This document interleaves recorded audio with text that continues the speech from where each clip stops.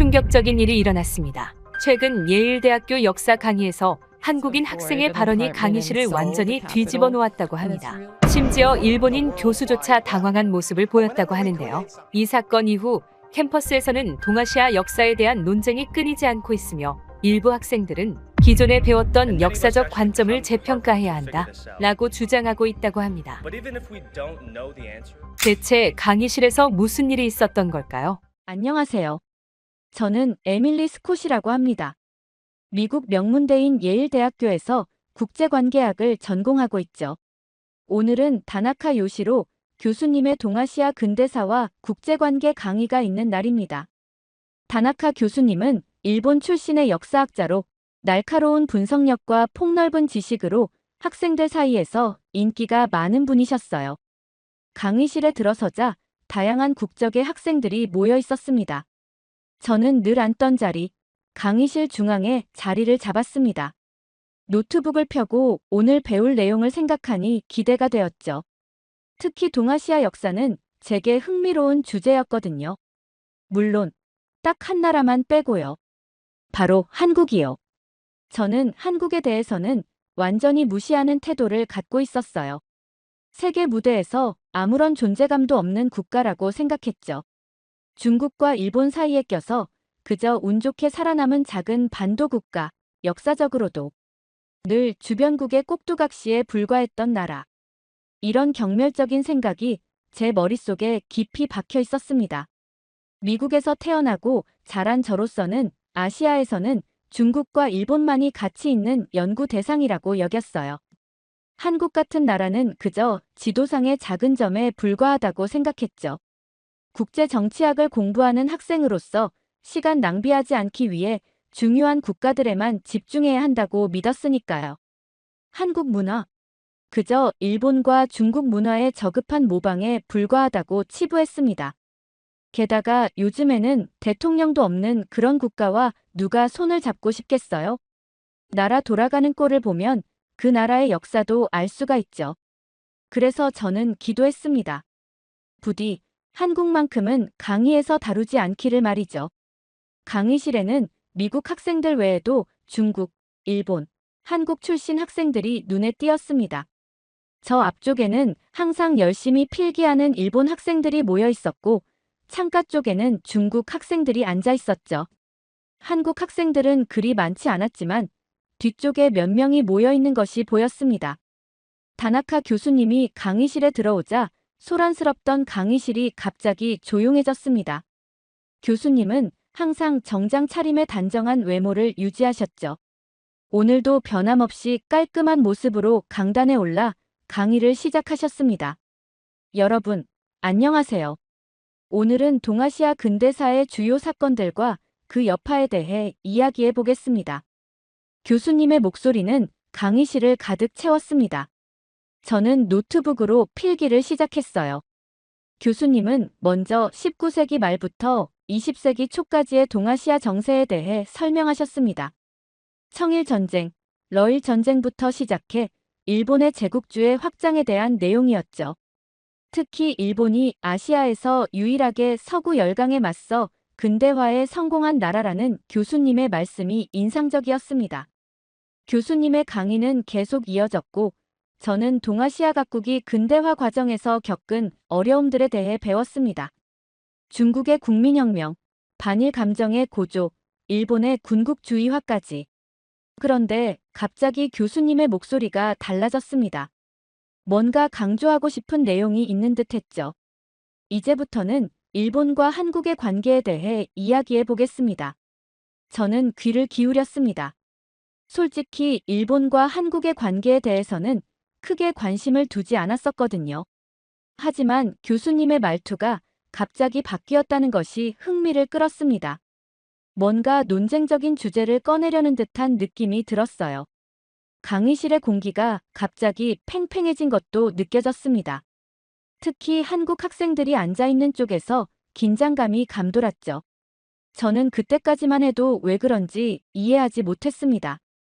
그저 평범한 역사 강의라고만 생각했으니까요. 다나카 교수님이 칠판에 한일병합이라는 단어를 적으셨습니다. 그리고 이어서 말씀하셨죠. 이제 여러분들이 관심 있어 할 만한 주제로 넘어가 보겠습니다. 바로 일본의 한국 통치 시기에 관한 내용입니다. 강의실은 더욱 조용해졌습니다. 일본 학생들은 열심히 필기를 시작했고 한국 학생들은 긴장한 표정으로 교수님을 주시했습니다. 저는 그저 흥미로운 역사적 사실을 배우게 될 거라고 생각했죠. 그런데 다나카 교수님의 다음 말씀이 강의실 전체를 뒤흔들게 될 줄은 전혀 예상하지 못했습니다. 교수님은 미소를 지으며 학생들을 둘러보았습니다. 그리고 입을 열었죠. 여러분, 우리가 지금부터 배울 내용은 다양한 시각에서 해석될 수 있는 역사입니다. 특히 한국과 일본 사이에는 아직도 해결되지 않은 많은 역사적 감정들이 있죠. 하지만 우리는 감정을 배제하고 객관적으로 역사를 바라볼 필요가 있습니다.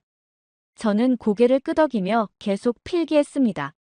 교수님의 말씀이 매우 합리적으로 들렸으니까요. 역사는 객관적으로 바라봐야 한다는 것, 당연한 이야기였습니다. 그런데 다음 순간 다나카 교수님의 표정이 갑자기 진지해졌습니다. 강의실 전체를 둘러보시더니 목소리에 힘을 주며 말씀하셨죠. 여러분, 일본은 역사적으로 한국을 많이 도와준 나라입니다. 일제강점기 시절 한국은 미개한 농업국가에 불과했지만 일본이 철도와 학교를 세우고 근대적 행정 시스템을 도입하면서 발전할 수 있었죠. 그런데도 한국인들은 일본을 미워하고 비난하기만 합니다. 은혜를 모르고 과거에만 매달리는 것은 옳지 않지 않겠습니까? 저는 그 말을 듣고 고개를 끄덕였습니다. 옳은 말씀이라고 생각했어요. 역사를 객관적으로 볼 필요가 있다는 교수님의 관점이 합리적으로 들렸습니다.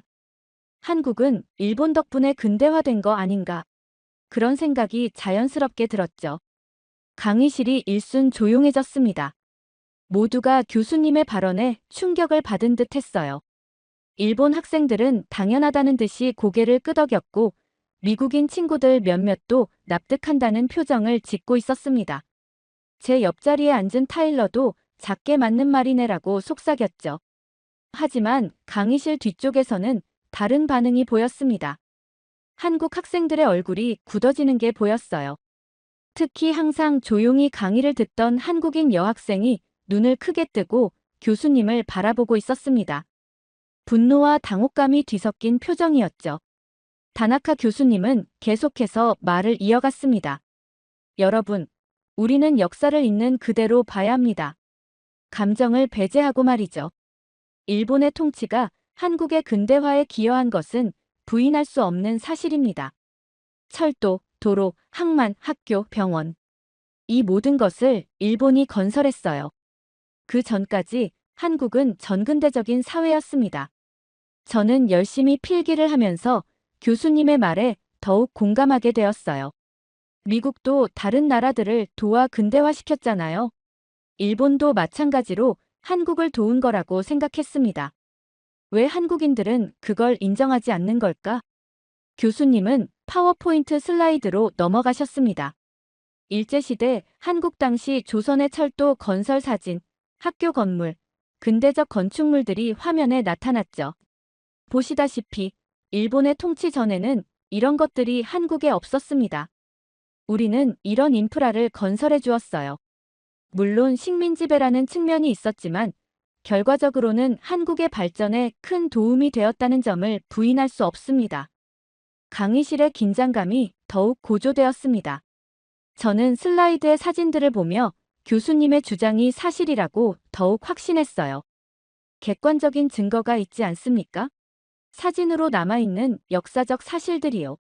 다나카 교수님은 미소를 지으며 말을 이어갔습니다. 한국인들은 항상 일본의 식민 지배만을 비난하지만 그 시기에 한국이 얼마나 발전했는지는 언급하지 않습니다. 이것이 균형 잡힌 역사 인식일까요? 저는 그렇게 생각하지 않습니다. 저는 교수님의 말에 완전히 설득되었습니다. 역사는 항상 양면이 있는 법이죠. 한국인들은 왜 자신들이 받은 혜택은 인정하지 않고 부정적인 측면만 강조하는 걸까요? 이런 생각이 제 머릿속을 스쳐 지나갔습니다. 일본 학생들은 더욱 고개를 끄덕이며 교수님의 주장에 동조했고 중국 학생들은 표정 변화 없이 그저 필기만 하고 있었습니다. 하지만 한국 학생들 쪽에서는 불편한 기색이 역력했어요. 몇몇은 얼굴이 붉어져 있었고 서로 귓속말을 나누는 학생들도 있었습니다. 저는 그저 객관적인 역사적 사실을 배우는 중이라고 생각했어요. 다나카 교수님의 주장이 너무나 합리적으로 들렸거든요. 사실 저는 한국에 대해 아는 것이 거의 없었으니까 교수님의 말씀을 그대로 받아들였습니다. 전문가의 의견이니까요. 다나카 교수님이 다시 한번 강의실을 둘러보셨습니다. 그리고 말씀하셨죠. 물론 이것은 제 개인적인 견해이기도 합니다. 하지만 역사적 사실에 기반한 견해죠. 여러분도 한국과 일본의 관계를 이해할 때 감정이 아닌 사실에 기반해서 판단하시길 바랍니다. 강의실은 여전히 침묵에 휩싸여 있었습니다. 그런데 그때 뜻밖의 일이 일어났어요. 강의실 뒤쪽에서 한 여학생이 벌떡 일어났습니다. 한국인 학생이었죠. 그녀의 이름은 이서연입니다. 평소 조용하게 강의를 듣던 학생이었는데 지금은 완전히 달라 보였어요. 얼굴은 상기되어 있었고 눈빛에는 강한 결의가 담겨 있었습니다. 교수님, 지금 일본이 한국을 도와줬다고 말씀하셨습니까? 서연의 목소리는 떨리고 있었지만 또렷하게 강의실 전체에 울려 퍼졌습니다. 모든 학생들이 그녀를 바라보았죠. 저도 깜짝 놀라 뒤를 돌아보았습니다. 일본이 한국을 식민 지배하면서 수많은 한국인들이 목숨을 잃고 고통을 받았습니다. 그리고 그것은 단순한 발전의 과정이 아니라 강제적인 억압과 수탈이었습니다. 서연의 목소리에는 분노와 슬픔이 뒤섞여 있었어요. 강의실이 다시 한번 술렁였습니다. 일본 학생들은 불편한 표정을 지었고 다른 학생들은 호기심 어린 눈으로 서연과 교수님을 번갈아 바라보았죠. 저는 솔직히 당황스러웠습니다. 수업 중간에 교수님의 말씀에 정면으로 반박하다니 예상하지 못한 상황이었어요. 다나카 교수님은 오히려 흥미롭다는 듯 미소를 지으며 서연을 바라보았습니다. 그리고 침착하게 반문했죠. 하지만 서연 학생, 식민 지배가 그렇게 나쁜 것만은 아니었습니다. 결국 한국도 근대화가 되었으니까요. 교수님의 말에 일본 학생들이 고개를 끄덕였습니다. 저 역시 교수님의 말이 일리 있다고 생각했어요. 모든 역사적 사건에는 부정적인 면과 긍정적인 면이 공존하는 법이니까요. 그런데 서연의 얼굴이 더욱 굳어졌습니다. 서연은 단호하게 고개를 저었어요. 그리고 더욱 확고한 목소리로 말을 이어갔습니다. 교수님, 일제강점기 동안 한국의 독립운동가들이 목숨을 걸고 저항했던 이유를 아십니까? 강의실은 완전히 조용해졌습니다. 모든 학생들이 숨죽이고 그녀의 말을 듣고 있었죠. 저조차도 갑자기 호기심이 생겼습니다. 서연이 무슨 이야기를 하려는 걸까요? 대표적인 예로 유관순 열사를 들 수 있습니다. 17세의 어린 소녀가 대한독립 만세를 외쳤다는 이유로 일본 경찰에게 끌려가 끔찍한 고문을 당하고 끝내 목숨을 잃었습니다. 이게 과연 일본이 한국을 도와준 결과입니까? 서연의 목소리가 약간 떨렸습니다. 감정이 북받친 듯 했어요. 강의실은 점점 무거운 분위기로 변했습니다. 일부 학생들은 놀란 표정을 지었고 일본 학생들은 고개를 숙였습니다. 저는 유관순이라는 이름을 처음 들어봤어요. 17살 소녀가 독립을 외치다 목숨을 잃었다고요? 갑자기 교수님의 주장이 그렇게 확실하게 들리지 않았습니다. 저도 모르게 더 알고 싶다는 생각이 들었죠. 다나카 교수님은 여전히 침착한 표정이었지만 조금은 당황한 기색이 역력했습니다. 서연의 구체적인 예시에 어떻게 대응해야 할지 고민하는 듯 했어요. 그건 불행한 사건이었죠. 하지만 역사에는 항상 희생이 따르는 법입니다. 큰 그림에서 보면 교수님의 말이 끝나기도 전에 서연이 다시 말을 이었습니다.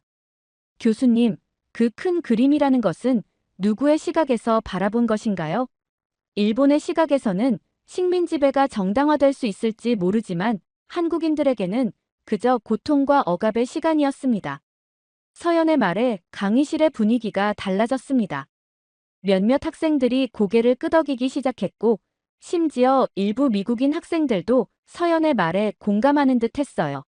저는 혼란스러웠습니다. 지금까지 교수님의 말씀만 듣고 판단했던 제 자신이 부끄러워졌어요. 서연은 계속해서 말을 이어갔습니다. 그녀의 목소리는 이제 더 이상 떨리지 않았어요. 오히려 더욱 단단하고 확신에 찬 목소리였습니다. 역사는 항상 승자의 시각에서 쓰이기 마련입니다. 하지만 그것이 진실이라고 할 수는 없죠. 일본이 한국에 학교와 철도를 지었다는 것은 사실일 수 있습니다. 하지만 그것이 한국인들을 위한 것이었나요? 아니면 일본의 식민 지배를 더욱 효율적으로 만들기 위한 것이었나요? 저는 서연의 말을 듣고 있으면서 점점 더 생각이 깊어졌습니다. 그녀의 논리가 설득력 있게 들렸거든요. 하지만 서연은 거기서 멈추지 않았습니다. 그녀는 잠시 숨을 고른 후 침착하지만 단호한 목소리로 말을 이어갔어요. 그리고 또 하나의 진실, 위안부 문제에 대해 아십니까? 위안부라는 단어를 들었을 때 강의실의 분위기가 갑자기 더 무거워졌습니다. 일본 학생들은 자리에서 몸을 움츠렸고 다른 학생들은 호기심 어린 눈빛으로 서연을 바라보았죠. 저는 위안부에 대해 희미하게 들어본 적이 있지만 자세히는 알지 못했어요. 10대 소녀들이 일본군에 의해 강제로 끌려가 끔찍한 일을 당해야 했습니다. 서연의 목소리가 약간 떨렸습니다. 분노와 슬픔이 뒤섞인 감정이 느껴졌어요. 그들은 원해서 간 것이 아닙니다. 단순히 일본군을 위해 봉사한 것도 아닙니다. 강제로 끌려가 인권을 유린당한 것입니다. 학생들 중 몇몇은 숨을 삼켰습니다. 저도 충격을 받았어요. 10대 소녀들이 군인들에게 강제로 끌려갔다니 상상하기 어려운 일이었죠. 그들이 지금도 일본 정부의 진정한 사과를 받지 못하고 있다는 사실을 교수님께서는 알고 계십니까? 서연의 질문은 날카로웠습니다. 그녀의 눈빛은 교수님을 똑바로 응시하고 있었죠. 일본인 학생들은 불편한 기색을 감추지 못했고 일부 미국 학생들은 놀란 표정으로 교수와 서연을 번갈아 보았습니다. 다나카 교수님은 잠시 침묵했습니다. 그러다 천천히 입을 열었죠. 위안부 문제는 복잡한 문제입니다. 역사적 자료가 충분하지 않고 여러 해석이 존재하죠. 서연의 얼굴이 더욱 굳어졌습니다. 그녀는 가방에서 노트북을 꺼내더니 빠르게 무언가를 검색했어요. 그리고 화면을 돌려 모두에게 보여주었습니다. 이것은 위안부 피해자 할머니들의 증언 영상입니다. 그들은 80년이 넘는 세월이 지난 지금도 그 아픔을 생생하게 기억하고 있습니다. 이것이 해석의 문제일까요? 강의실은 완전히 조용해졌습니다. 영상 속에서 한 할머니의 떨리는 목소리가 흘러나왔어요. 일본군에게 끌려가 당한 끔찍한 경험을 이야기하는 내용이었습니다. 너무 충격적이어서 듣고 있기 힘들 정도였죠. 저는 그제서야 깨달았습니다. 역사에는 정말 다양한 시각이 있다는 것을요. 지금까지 저는 단지 교수님의 말씀만 듣고 판단했지만 그것은 단지 한쪽 면만을 보여주는 것이었습니다. 한국인들이 겪은 고통과 아픔은 어디에도 언급되지 않았던 거죠. 서연이 다시 말을 이었습니다. 교수님, 일본은 위안부 문제에 대해 여전히 제대로 된 인정과 사과를 하지 않고 있습니다. 오히려 역사를 왜곡하고 피해자들의 증언을 부정하려 하고 있죠. 이게 과연 올바른 역사 인식일까요? 다나카 교수님은 당황한 기색이 역력했습니다. 그는 말을 더듬으며 대답했어요. 그것은 정치적인 문제이기도 합니다. 학문적으로 접근해야. 서연은 교수님의 말을 자르고 계속 이어갔습니다.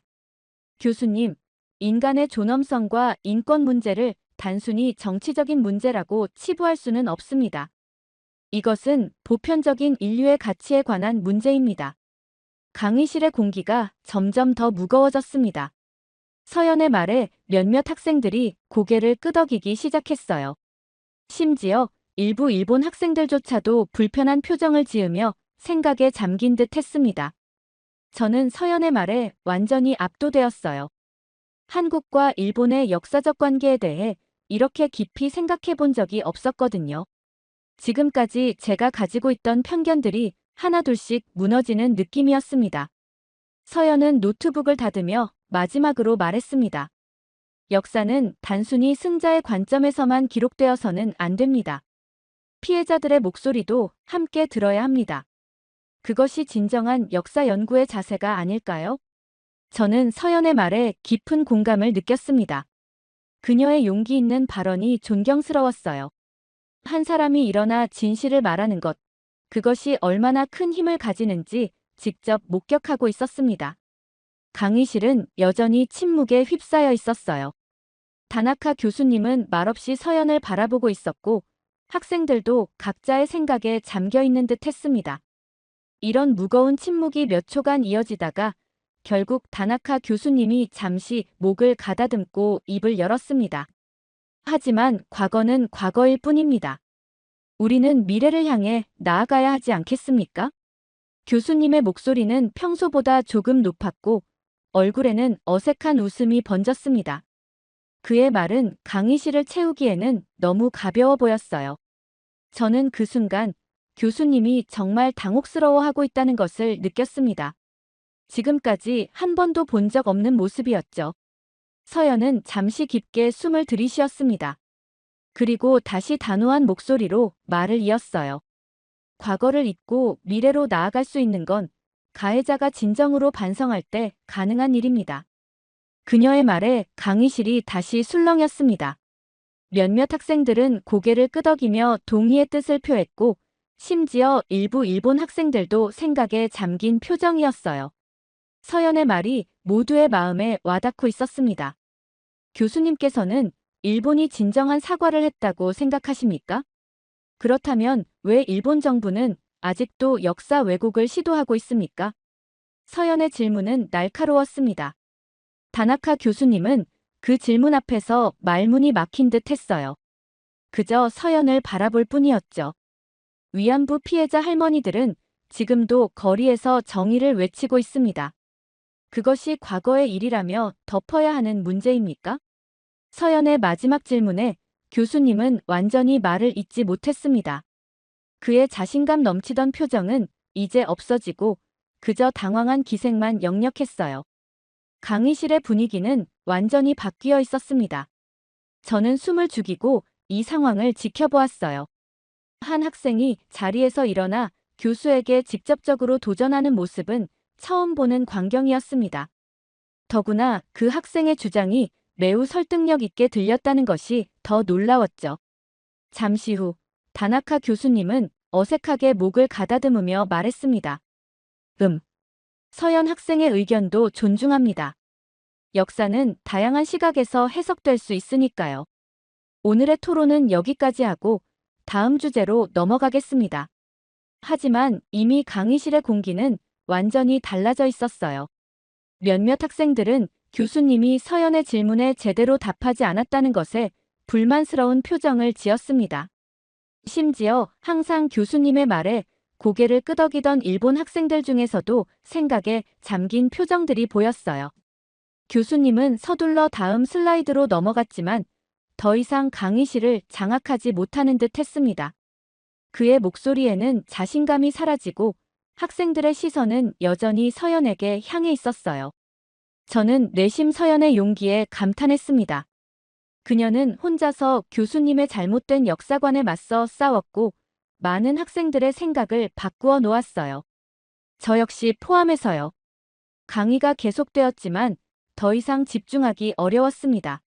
머릿속에는 서연이 말한 위안부 피해자들의 이야기, 유관순 열사의 이야기가 계속 맴돌았어요.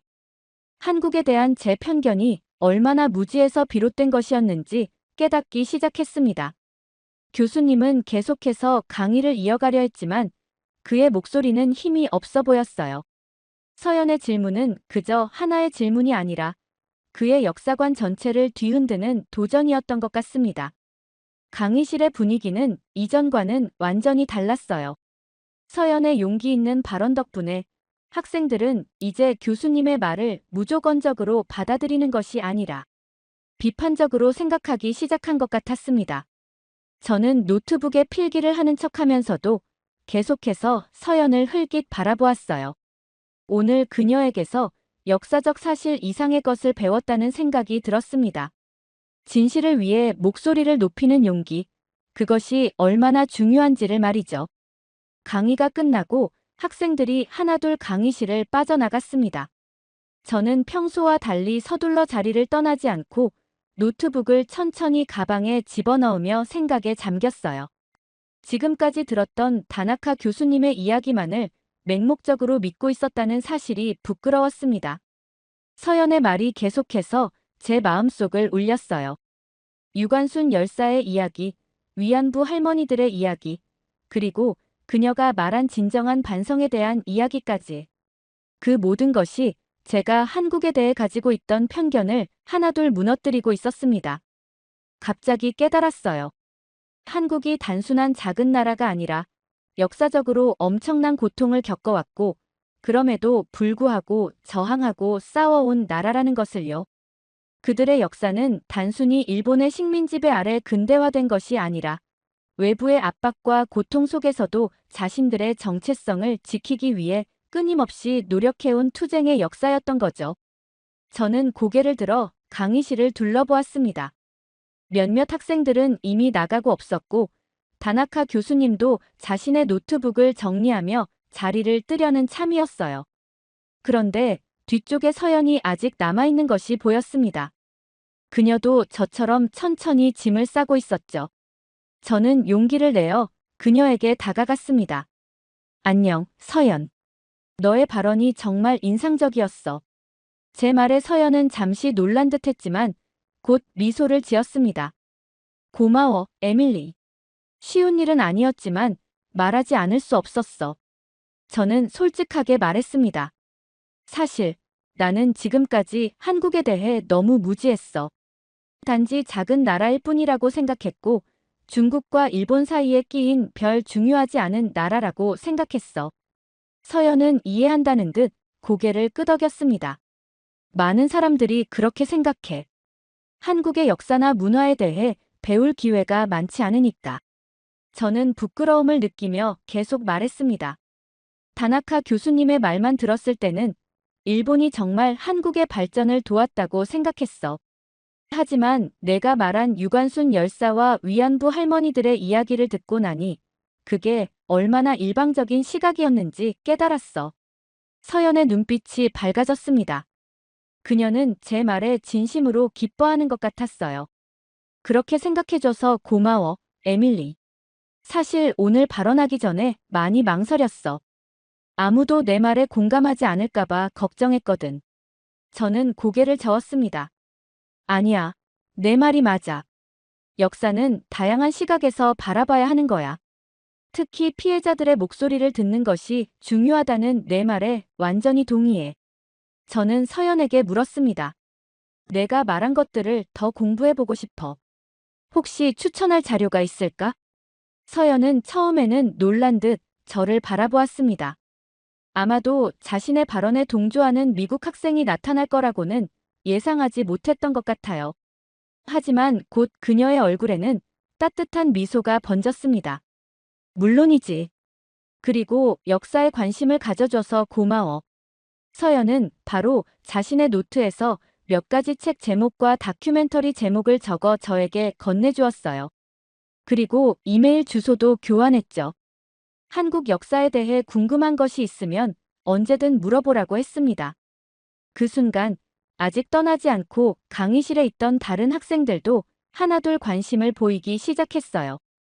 몇몇은 서연에게 다가가 더 많은 이야기를 듣고 싶다고 했고, 어떤 학생은 자신도 그동안 알지 못했던 역사적 사실들에 대해 충격을 받았다고 말했습니다.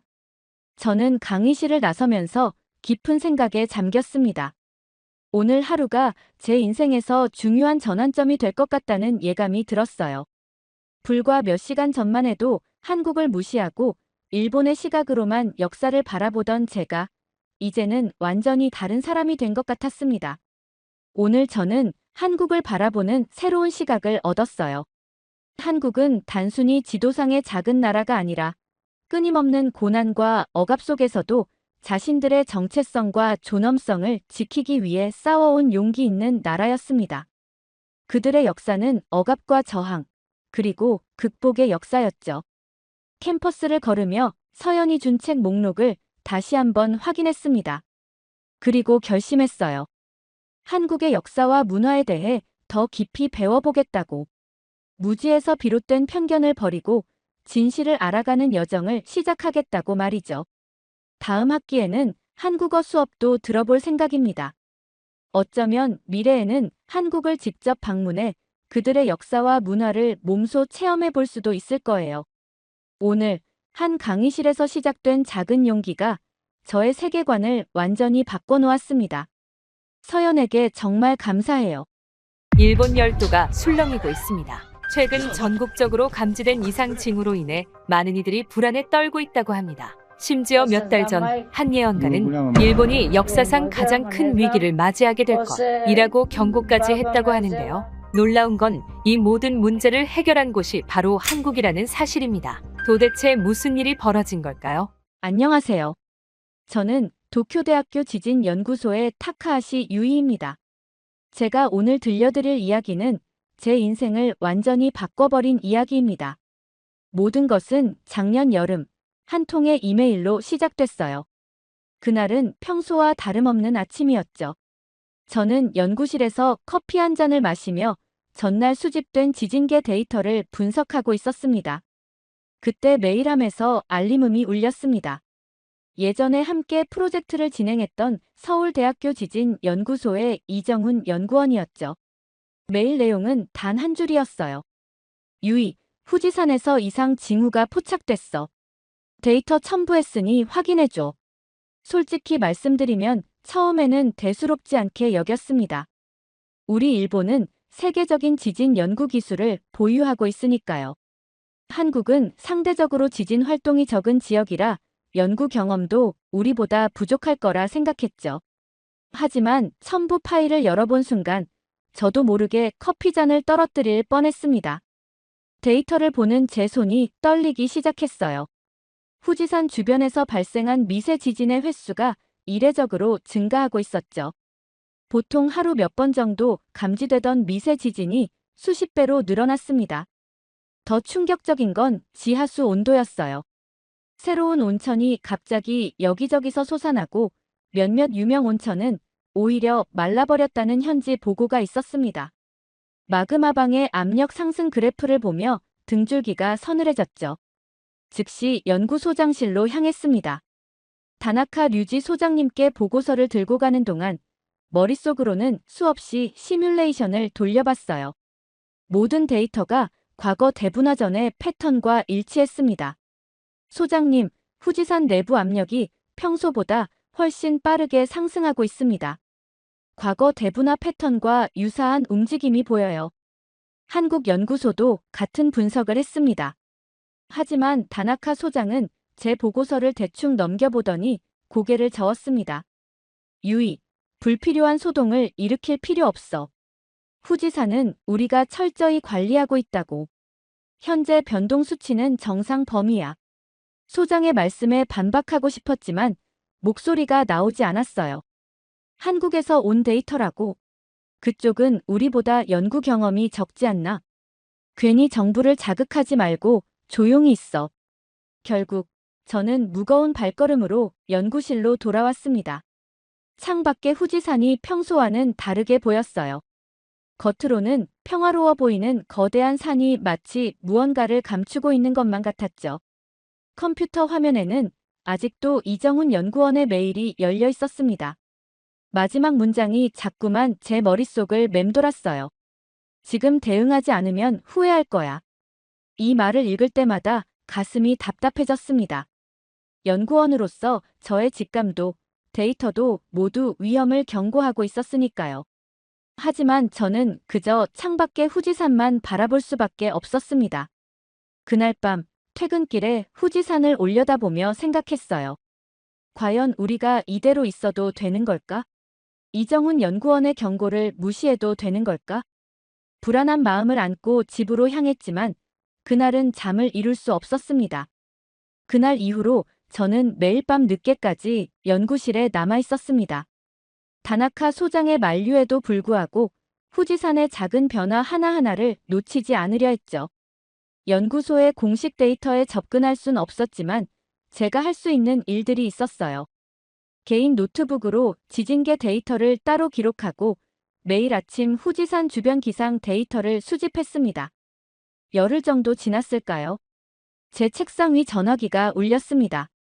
후지산 북쪽 기슭에 있는 야마나카 마을의 이장님이었어요. 타카하시 연구원님, 큰일 났습니다. 우리 마을 온천이 이상해요. 물이 너무 뜨거워져서 손도 못 댈 지경입니다. 이장님의 목소리가 떨렸습니다. 온천으로 유명한 야마나카 마을은 대대로 수온이 42도를 유지해왔다고 해요. 하지만 이장님 말씀으로는 지금 수온이 60도까지 올라갔다고 했습니다. 전화를 끊자마자 현장 조사를 준비했어요.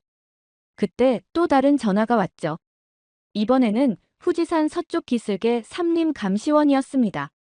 연구원님, 이상한 일이 자꾸 일어나고 있어요. 멧돼지와 사슴들이 평소엔 절대 내려오지 않던 낮은 지대까지 내려왔습니다. 마치 무언가를 피해 도망치는 것 같아요. 가슴이 덜컥 내려앉았습니다. 야생동물들의 이상 행동은 자연재해의 전조가 되는 경우가 많았으니까요. 하지만 결정적인 보고는 등산객들로부터 왔습니다. 후지산 오한목 근처에서 유황가스가 새어나온다는 거였죠. 등산로 한쪽에서 갑자기 노란 연기가 피어오르기 시작했다고 해요. 더는 주저할 시간이 없었습니다. 현장을 직접 보지 않고는 정확한 판단을 내릴 수 없었죠. 연구소에 휴가계를 제출하고 야마나카 마을로 향했습니다. 차를 몰고 가는 동안 이정훈 연구원과 통화를 했어요. 이정훈 씨, 현장 조사 가봐야 할 것 같아요. 주민들의 제보가 심상치 않아요. 유의, 조심하세요. 화산가스는 위험할 수 있어요. 방독면은 챙기셨죠? 이정훈 연구원의 걱정 어린 목소리가 차 안에 울렸습니다. 트렁크에는 방독면과 온도계, 가스 측정기 등 필요한 장비들을 가득 실었어요. 야마나카 마을에 도착하자마자 이장님이 절 맞이했습니다. 마을의 주요 온천으로 안내하시는 이장님의 발걸음이 무거워 보였어요. 연구원님, 이쪽입니다. 어제보다 더 심해졌어요. 관광객들도 다 돌아갔습니다. 온천에 다가가자 범상치 않은 열기가 느껴졌습니다. 온도계로 측정해보니 물온도가 65도까지 올라가 있었어요. 게다가 물색도 이상했습니다. 평소의 맑은 색이 아닌 뿌연 회색빛을 띠고 있었죠. 이장님, 이런 현상이 언제부터 시작됐나요? 일주일 전부터요. 처음엔 조금 뜨거워진 것 같다 싶더니 하루가 다르게 온도가 올라갔어요. 어제는 옆마을 온천이 완전히 말라버렸다고 하더군요. 이장님의 말씀을 메모하면서 주변을 둘러보았습니다. 온천 주변 땅에서는 미세한 증기가 새어나오고 있었어요. 땅속 깊은 곳에서 뜨거운 마그마가 움직이고 있다는 증거였죠. 삼림 감시원이 제보한 곳으로 이동했습니다. 정말 평소에는 볼 수 없었던 야생동물들의 흔적이 곳곳에 있었어요. 발자국은 모두 산 아래쪽을 향하고 있었습니다. 마지막으로 오한목의 유황가스 발생 지점으로 향했어요. 방독면을 쓰고 접근하자 노란빛 가스가 지표면의 균열에서 새어나오는 것이 보였습니다. 가스 측정기의 수치가 평소의 10배를 가리켰어요. 모든 증거가 하나의 사실을 가리키고 있었습니다. 후지산이 깨어나고 있다는 것을요. 이제는 더 이상 이 사실을 무시할 수 없었습니다. 마지막 조사를 마치고 후지산 기슭의 작은 카페에서 휴식을 취하고 있었습니다. 창밖으로 보이는 후지산이 평소와는 다르게 느껴졌죠. 수집한 데이터를 정리하면서 커피를 마시고 있는데 제 휴대폰으로 한 통의 문자가 왔습니다.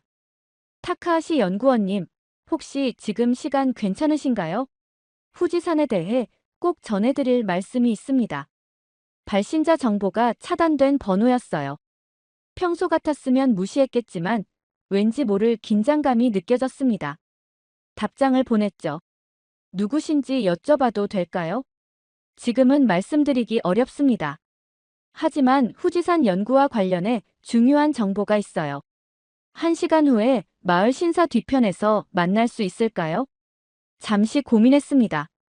의심스러운 점이 많았지만 지금까지 본 후지산의 이상 징후들이 머릿속을 스쳐 지나갔어요. 만나보기로 했습니다. 약속 장소에 도착하자 나이 지긋한 남성이 서 있었어요. 그는 주변을 살피더니 조심스럽게 제게 다가왔습니다. 타카하시 연구원님, 만나서 반갑습니다. 저는 과거 기상청 화산연구부에서 일했던 사토 마사시입니다. 사토 마사시라는 이름은 들어본 적이 있었어요. 10년 전쯤 갑자기 은퇴했다는 소문이 있었죠. 작년부터 후지산의 위험성을 내부적으로 계속 경고했습니다. 하지만 모두 묵살당했죠. 결국 저는 강제 은퇴를 당했습니다. 사토 씨의 목소리에는 깊은 후회와 분노가 섞여 있었어요. 그는 주머니에서 USB를 꺼냈습니다. 이 안에 정부가 숨기고 있는 데이터가 있습니다. 일본 정부는 경제적 이유로 후지산 문제를 감추고 있어요. 관광산업과 부동산 가치가 폭락할 것을 우려해서죠. 떨리는 손으로 USB를 받았습니다. 사토 씨는 계속해서 말을 이었어요. 특히 올림픽을 앞두고 있어서 더 큰 문제예요. 후지산 분화 가능성이 알려지면 관광객이 급감할 거라고 판단한 거죠. 하지만 이건 정말 위험한 판단입니다. 저는 즉시 노트북을 꺼내 USB의 내용을 확인했습니다. 화면에 나타난 문서들을 보는 순간 숨이 멎는 것 같았어요. 정부가 발표한 공식 위험도 지수는 2.1이었습니다. 하지만 내부 보고서에는 실제 위험도가 6.8로 기록되어 있었어요. 3배가 넘는 수치였죠. 네. 이게 사실인가요? 네. 모든 데이터는 실제 측정값입니다.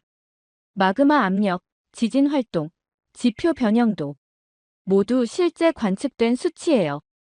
다만 공식 발표될 때는 모두 낮춰서 발표되고 있죠.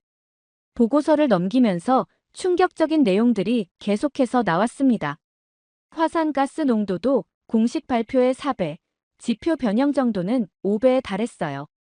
왜 이런 중요한 정보를 제게 주시는 건가요? 사토 씨는 잠시 침묵했다가 입을 열었습니다. 연구원님이 한국 연구진과 협력하고 계신다는 걸 알고 있어요. 우리끼리는 이 문제를 해결할 수 없습니다. 국제적인 압력이 필요해요. 한국 연구진의 경고가 옳았어요. 그들의 도움이 필요합니다. 마지막으로 사토 씨는 저를 똑바로 쳐다보며 말했습니다. 부탁드립니다. 이 정보를 적절하게 활용해 주세요. 후지산이 깨어나고 있어요. 우리에겐 얼마 시간이 없습니다. 그렇게 사토 씨는 떠났고 저는 한동안 그 자리에 멍하니 서 있었습니다. USB가 든 손이 떨렸어요. 이제 제가 진실을 알게 된 이상 더는 뒤로 물러설 수 없다는 것을 알았습니다. 그날 밤 한숨도 자지 못했습니다. USB 속 데이터를 계속해서 분석하다 보니 어느새 새벽이 되었죠. 더는 혼자 고민할 수 없어 새벽 5시 이정훈에게 연락을 취했습니다. 30분 후 서울대 연구진들과 긴급 화상회의가 시작됐습니다. 내부 데이터를 공유하자 한국 연구진들의 표정이 점점 심각해졌습니다. 정부 발표와 실제 수치의 차이는 상상 이상이었죠. 이정훈의 예측보다도 더 위험한 상황이었습니다. 한국 연구진은 즉시 슈퍼컴퓨터를 가동해 시뮬레이션을 시작했고 저는 영국 지질연구소와 미국 화산관측소에 데이터를 전달했습니다. 이틀 동안 전 세계 연구진들과 끊임없이 소통하며 분석을 진행했죠. 세 번째 날 아침, 충격적인 결과가 나왔습니다. 세 나라의 분석이 모두 일치했어요. 후지산의 분화 가능성이 95%를 넘는다는 결과였습니다. 영국의 윌슨 교수와 미국의 브라운 박사 모두 즉각적인 긴급 경보 발령이 필요하다고 주장했죠. 국제 연구진들은 공동 성명을 발표하기로 했습니다. 먼저 한국연구소가 성명을 발표하고 영국과 미국이 이를 지지하는 형식으로 진행하기로 했죠. 하지만 일본 정부의 반응은 차가웠습니다. 관방장관은 기자회견에서 현재 후지산은 안정적인 상태를 유지하고 있으며 불필요한 공포를 조성하는 해외 연구진들의 발표를 경계해야 한다는 입장을 고수했습니다. 분노가 치밀었습니다. 창밖에 후지산이 마치 저를 비웃는 것만 같았어요. 지금 이 순간에도 산속에서는 엄청난 압력이 쌓이고 있는데 정부는 여전히 눈을 감고 있었죠. 영국과 미국의 언론에서 인터뷰 요청이 쇄도했습니다. 하지만 망설일 수밖에 없었죠. 인터뷰에 응한다면 연구소에서 쫓겨날 수도 있었으니까요. 그러나 이정훈의 응원 메시지를 받고 용기를 얻었습니다. 이미 저희는 할 수 있는 모든 것을 하고 있었고 세계가 움직이기 시작했다는 걸 실감했습니다. 이제 세계 각국의 연구진들이 24시간 후지산을 모니터링하기 시작했습니다. 매시간 새로운 데이터가 공유되고 분석됐죠. 정부가 인정하지 않더라도 과학자들은 진실을 외면하지 않았습니다. 책상 위에는 여전히 그 USB가 놓여 있었어요. 이제는 돌이킬 수 없다는 걸 알았지만 더는 두렵지 않았습니다. 전 세계의 동료들이 저희와 함께하고 있었으니까요. 이제 우리의 목소리는 더 이상 무시할 수 없는 힘이 되어 있었습니다. 국제 연구진들과의 협력이 본격화되면서 연구소 내부의 분위기도 달라지기 시작했습니다. 처음에는 몇몇 동료들의 수군거림이었지만 점차 노골적인 견제로 변해갔죠. 아침 회의에서 만난 선배 연구원은 제 옆자리에 앉지 않으려 했고 식당에서도 혼자 밥을 먹어야 했습니다. 모두들 저와 어울리는 것을 꺼리는 듯 했어요. 연구실에 들어서자 조교가 황급히 자리를 피했습니다. 컴퓨터 화면에는 한국 연구진과 주고받은 이메일이 그대로 열려 있었죠. 누군가 제 컴퓨터를 몰래 뒤지고 있었던 겁니다. 복도에서 마주치는 동료들의 시선이 매섭게 느껴졌어요. 외부의 정보를 흘리는 건 위험해. 정부에서 조사 들어올 수도 있다는 말이 연구소 전체에 퍼져 있었습니다. 점심시간 연구소 라운지에서 우연히 듣게 된 대화는 더 충격적이었죠. 타카하시가 한국 연구진이랑 짜고 정부 기밀을 유출하고 있대. 연구소 전체가 위험해질 수 있어. 연구소의 분위기는 시간이 갈수록 험악해졌습니다. 제 책상 위에는 매일 아침 익명의 쪽지가 놓여 있었어요. 연구소의 명예를 지켜라, 국익을 생각해라 같은 말들이었죠. 그러던 어느 날 아침, 연구소에 들어서는데 이상한 분위기가 감지됐습니다. 로비에는 낯선 사람들이 서 있었고 다나카 소장은 평소와 다르게 딱딱한 표정을 짓고 있었어요. 타카하시 연구원, 잠시 이쪽으로 오시죠. 따라간 곳은 제 연구실이었습니다. 하지만 그곳은 이미 제 연구실이 아니었어요. 검은 정장을 입은 사람들이 서류와 컴퓨터를 뒤지고 있었죠.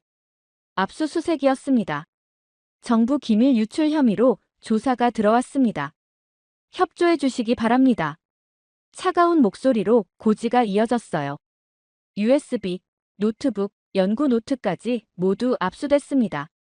제 동료들은 복도에서 이 광경을 지켜보고만 있었죠. 압수수색이 끝나고 다나카 소장이 저를 사무실로 불렀습니다. 불필요한 소란을 일으키지 말라고 했지 않나. 자네 때문에 연구소 전체가 위험해졌어. 소장의 목소리에는 분노와 실망감이 섞여 있었어요. 하지만 저는 더 이상 움츠러들 수 없었습니다. 소장님, 후지산의 위험은 실제합니다. 우리가 연구원으로서 할 일은 그만. 자네 지금 무슨 말을 하는 건가? 우리는 공무원이야. 정부의 지침을 따라야 하는 사람들이라고. 연구실로 돌아오는 발걸음이 무거웠습니다. 책상 위는 텅 비어 있었고 컴퓨터는 본체가 열린 채 방치되어 있었죠. 창밖의 후지산이 평소보다 더 크게 느껴졌어요. 머릿속이 복잡했습니다. 과학자로서 진실을 추구해야 할 의무, 공무원으로서 지켜야 할 규율, 그리고 인간으로서 느끼는 책임감이 서로 충돌했죠. 이정훈에게서 온 메시지를 확인할 수도 없었습니다. 모든 통신이 차단된 상태였으니까요. 하지만 그의 마지막 메시지가 자꾸 떠올랐어요. 유이, 우리는 진실의 편에 서 있어요. 밤늦게까지 연구실에 남아 고민했습니다. 나는 연구원으로서 진실을 외면해야 하는 걸까? 이대로 침묵하는 게 정말 옳은 걸까? 답을 찾지 못한 채 후지산을 바라보며 한숨만 내쉬었습니다.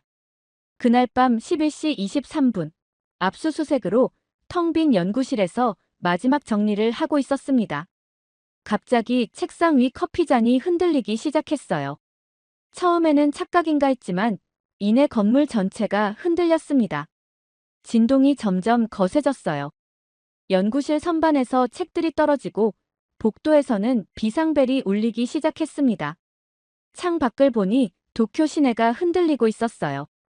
가로등이 춤추듯 흔들렸고 멀리서 자동차 경보음이 울려 퍼졌습니다. 강진이었습니다. 후지산 인근에서 시작된 지진은 도쿄까지 영향을 미칠 만큼 강력했죠. 비상 연락망이 가동됐습니다. 연구소 전체가 발칵 뒤집혔어요. 지진 관측실에는 연구원들이 속속 모여들었고 모니터에는 실시간 데이터가 쏟아져 들어왔습니다. 뉴스 속보가 이어졌어요. 도쿄 시내 곳곳에서 크고 작은 피해가 보고됐습니다. 지하철은 일시 정지됐고 고층 빌딩에서는 대피 방송이 울렸죠. 시민들은 거리로 쏟아져 나왔습니다. 전문가들의 의견은 엇갈렸어요. 일부는 단순한 지진이라고 주장했고 또 다른 이들은 화산 활동과의 연관성을 제기했습니다. 하지만 저는 확신할 수 있었어요. 이건 단순한 지진이 아니었습니다. 실시간 관측 데이터는 제 예상을 확인해 주었습니다. 후지산 내부의 마그마 압력이 임계점에 도달했어요. 지진은 그저 시작에 불과했죠. 화산 가스 농도는 시간당 2배씩 증가하고 있었고 지표면의 융기 현상도 가속화되고 있었습니다. 연구소 관측실은 혼란 그 자체였어요. 데이터를 해석하려는 연구원들, 긴급 회의를 소집하는 팀장들, 정부 기관과 연락을 취하는 소장. 모두가 정신없이 움직였습니다. 그때 제 휴대폰이 울렸어요. 발신자는 이정훈이었습니다. 아직 통신이 차단된 상태였지만 그는 비상 연락망을 통해 저를 찾아냈더군요. 급히 빈 회의실로 들어가 노트북을 켰습니다. 화상회의가 시작되자마자 이정훈이 말했죠. 한국 연구소도 이미 후지산의 이상 징후를 포착했다고요. 지진은 시작일 뿐이라는 걸 그들도 알고 있었습니다. 서로의 데이터를 교차 검증했어요. 결과는 명확했습니다. 후지산 내부가 요동치고 있었어요. 마그마의 움직임이 지표면 가까이 다가오고 있었고 분화 가능성은 시간이 갈수록 높아지고 있었습니다. 더는 기다릴 수 없어요. 우리가 직접 알리는 수밖에 없습니다. 이 말을 하면서도 손이 떨렸습니다. 하지만 이제는 주저할 시간이 없었어요. 연구원으로서 그리고 인간으로서 해야 할 일이 무엇인지 분명했습니다. 도쿄의 밤하늘은 어느 때보다 불안해 보였어요. 사람들은 여전히 거리를 헤매고 있었고 후지산은 어둠 속에서 묵직한 침묵을 지키고 있었습니다. 하지만 저는 알고 있었죠.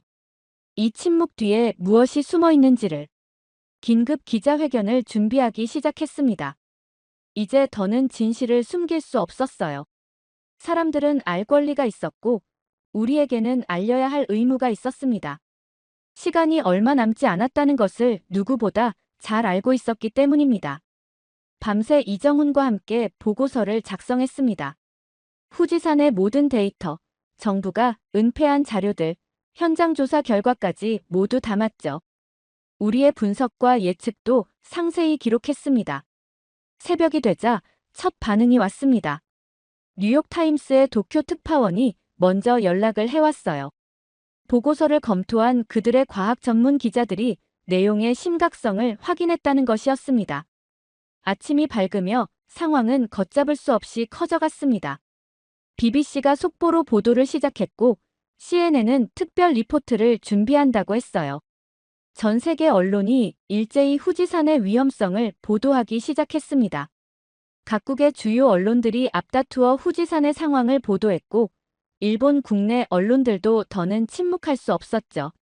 해외 언론의 보도를 인용하는 형식으로 조심스럽게 보도를 시작했습니다. 시민들의 반응은 폭발적이었어요. SNS에서는 관련 해시태그가 실시간 트렌드 1위를 차지했고, 후지산 인근 지역 주민들은 즉각적인 대책 마련을 요구하며 시청 앞에서 시위를 벌이기 시작했습니다. 국제사회의 압박도 거세졌습니다. 미국 지질조사국은 공식 성명을 통해 우려를 표명했고, UN 재해경감 국제전략기구는 일본 정부의 즉각적인 대응을 촉구했어요. 연구소는 아수라장이 됐습니다. 전 세계 언론의 취재 요청이 쇄도했고, 정부 기관에서는 끊임없이 보고서 제출을 요구했죠. 다나카 소장은 더는 이전처럼 무시할 수 없는 상황에 처했습니다. 그리고 마침내 일본 정부가 움직였습니다. 관방장관이 긴급 기자회견을 열었어요. 후지산의 화산 활동과 관련하여 국민 여러분께 말씀드리겠습니다. 정부는 즉시 긴급 조사팀을 구성하고 종합적인 대책을 마련하겠습니다. 현재 상황의 심각성을 인지하고 있으며 국민의 안전을 최우선으로 고려하겠습니다. 순간 가슴이 뭉클했습니다. 그동안의 노력이 마침내 결실을 맺는 순간이었죠. 이정훈에게서 메시지가 왔습니다. 우리가 해냈네요. 정부는 즉시 행동에 나섰습니다. 기상청, 국토지리원, 방재과학기술연구소 등 관련 기관이 총동원됐어요. 후지산 주변에는 새로운 관측 장비가 설치됐고 주민 대피 계획도 수립되기 시작했습니다. 연구소의 분위기도 완전히 바뀌었습니다. 전에는 저를 피하던 동료들이 이제는 먼저 다가와 데이터를 공유하자고 제안했어요. 다나카 소장도 공식적으로 사과의 뜻을 전했습니다. 타카하시 연구원, 자네의 용기가 우리 모두를 깨우쳤어. 앞으로는 진실을 외면하지 않는 연구소를 만들어가겠네. 며칠 뒤 도쿄에서 긴급 화산 대책 국제회의가 열렸습니다. 한국, 미국, 영국 등 각국의 전문가들이 모여 대응 방안을 논의했죠. 이제 후지산의 상태는 전 세계가 주목하는 사안이 되었습니다. 창밖의 후지산을 바라보며 생각했습니다. 이제 더는 혼자가 아니었어요. 전 세계의 과학자들이 힘을 모아 이 위기를 극복해낼 것입니다. 진실을 밝히는 것이 얼마나 중요한지, 그리고 그 진실을 위해 싸우는 것이 얼마나 가치 있는 일인지 다시 한번 깨달았습니다. 일주일 후 도쿄 한복판의 정부청사에서 뜻깊은 행사가 열렸습니다. 일본 기상청과 한국 기상청이 후지산 공동 연구를 위한 협약을 체결하는 자리였죠. 저는 그 자리에서 이정훈을 다시 만났습니다. 처음으로 직접 마주한 순간이었어요. 수많은 화상회의와 메시지를 주고받았지만 실제로 만나는 건 처음이었습니다. 협약식이 끝나고 우리는 연구소 옥상으로 자리를 옮겼습니다. 멀리 보이는 후지산을 바라보며 이야기를 나눴죠. 그동안의 일들이 마치 꿈만 같았습니다. 우리가 아니었다면 이 모든 건 그냥 묻혔을지도 몰라요. 제 말에 이정훈은 고개를 끄덕였습니다. 정부의 은폐, 연구소의 침묵, 그리고 그것을 깨뜨리기 위해 우리가 걸어온 길. 모든 것이 주마등처럼 스쳐 지나갔어요. 사람들의 반응은 복잡했습니다. 일본 정부의 늦장 대응을 비판하는 목소리가 컸죠. 하지만 다행히도 빠른 대책 마련으로 최악의 상황은 피할 수 있었습니다. 후지산 주변에는 최첨단 관측 장비들이 설치됐어요. 한국의 기술진과 일본의 연구진이 함께 작업했죠. 실시간 데이터는 양국 연구소에서 동시에 모니터링되고 있었습니다. 연구소의 분위기도 완전히 달라졌어요. 예전에는 제가 지나가면 고개를 돌리던 동료들이 이제는 먼저 인사를 건네고 연구 의견을 물어보기 시작했습니다. 신입 연구원들은 저를 찾아와 조언을 구했어요. 선배님처럼 용기 있는 연구자가 되고 싶습니다. 그들의 말에 부끄러워졌습니다. 저는 그저 연구자로서 당연한 일을 했을 뿐인데요. 한일 공동 연구는 후지산을 넘어 다른 분야로도 확대됐습니다. 지진 예측, 화산 활동 연구, 방제 시스템 구축까지. 양국의 연구진들은 끊임없이 새로운 협력 방안을 모색했죠. 6개월이 지난 어느 날 후지산 정상에 올랐습니다. 이정훈과 함께였어요. 새로 설치된 관측소를 점검하러 간 길이었죠. 정상에서 바라본 풍경은 그야말로 장관이었습니다. 유이, 저기 봐요. 우리가 설치한 관측소예요. 산 곳곳에 설치된 장비들이 태양 아래 반짝였습니다. 그것들은 이제 후지산의 작은 움직임도 놓치지 않고 감지하고 있었죠. 1년이 지난 지금 후지산은 여전히 조용합니다. 하지만 이제는 달라졌어요. 그 고요함 속에 무엇이 숨어 있는지 우리는 알고 있습니다. 24시간 가동되는 관측망이 산의 작은 숨결도 놓치지 않고 있죠. 한일 연구진의 협력은 계속됩니다. 매주 화상 회의가 열리고 분기마다 공동 세미나가 개최됩니다. 자연재해는 국경을 모르니까요. 우리도 국경을 넘어 협력해야 한다는 걸 이번 일을 통해 배웠습니다. 연구소 벽에는 새로운 현판이 걸렸어요. 진실을 추구하는 연구, 인류를 위한 과학. 이제 이 말은 단순한 슬로건이 아닌 우리 모두의 가치가 되었습니다. 후지산을 바라보며 생각합니다. 때로는 진실을 말하는 것이 두렵고 힘들 수 있습니다. 하지만 그 진실이 많은 사람들의 안전과 직결될 때 우리는 용기를 내야 해요. 그것이 바로 연구자의 사명이니까요. 이제 저는 알고 있습니다. 진정한 과학은 단순한 데이터의 수집이 아닙니다. 그것은 진실을 외면하지 않는 용기, 그리고 그 진실을 지키기 위해 함께 노력하는 동료들과의 연대임을요. 돌이켜보면 모든 것이 한국 연구진의 경고로부터 시작됐습니다.